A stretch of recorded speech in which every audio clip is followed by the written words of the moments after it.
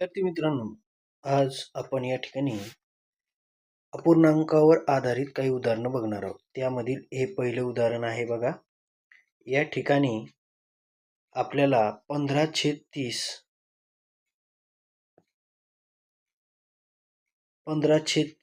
हा अपूर्णांक छोटा दाखवलेला आहे ह्या अपूर्णांकापेक्षा, परंतु छेदात 30 आहे. अंशात काय असेल म्हणजे तो मोठा येईल है ना. तर चौकटीत येणारी योग्य संख्या कोणती?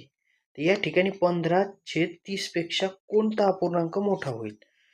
म्हणजे बघा, ज्यावेळेस छेद समान असतो, या ठिकाणी 30 आणि 30 छेद समान आहे. दोन्ही अपूर्णांकाचा जो छेद आहे तो समान आहे.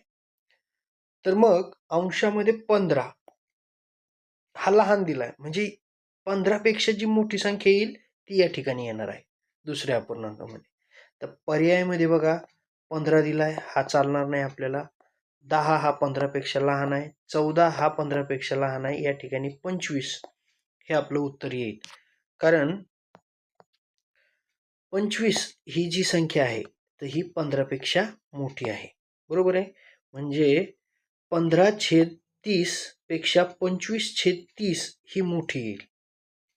ठीक आहे, म्हणून आपलं उत्तर या ठिकाणी 25 येईल.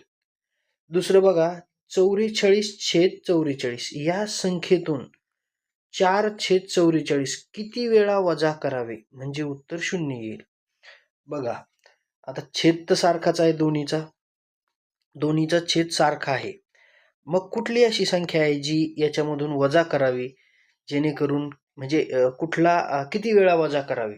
ठीक आहे, तर आपल्याला एक गोष्ट माहित आहे, 4×10⁻40 होतात. बरोबर आहे. किती होतात? 40 होतात. बरोबर. आता हे आहेत 44, म्हणजे 11×4=44. बरोबर आहे. ठीक आहे. या ठिकाणी आपल्याला ह्या संख्येला जर 11 वेळेस केलं म्हणजे गुणिले 11 केलं तर येतात 44 छेदात 44. त्यावेळेस 44 छेदात 44 वजा 44 छेदात 44 यांची वजाबाकी 0 येईल. तर किती वेळा वजा करावं लागेल? 11 वेळा वजा करावं लागेल.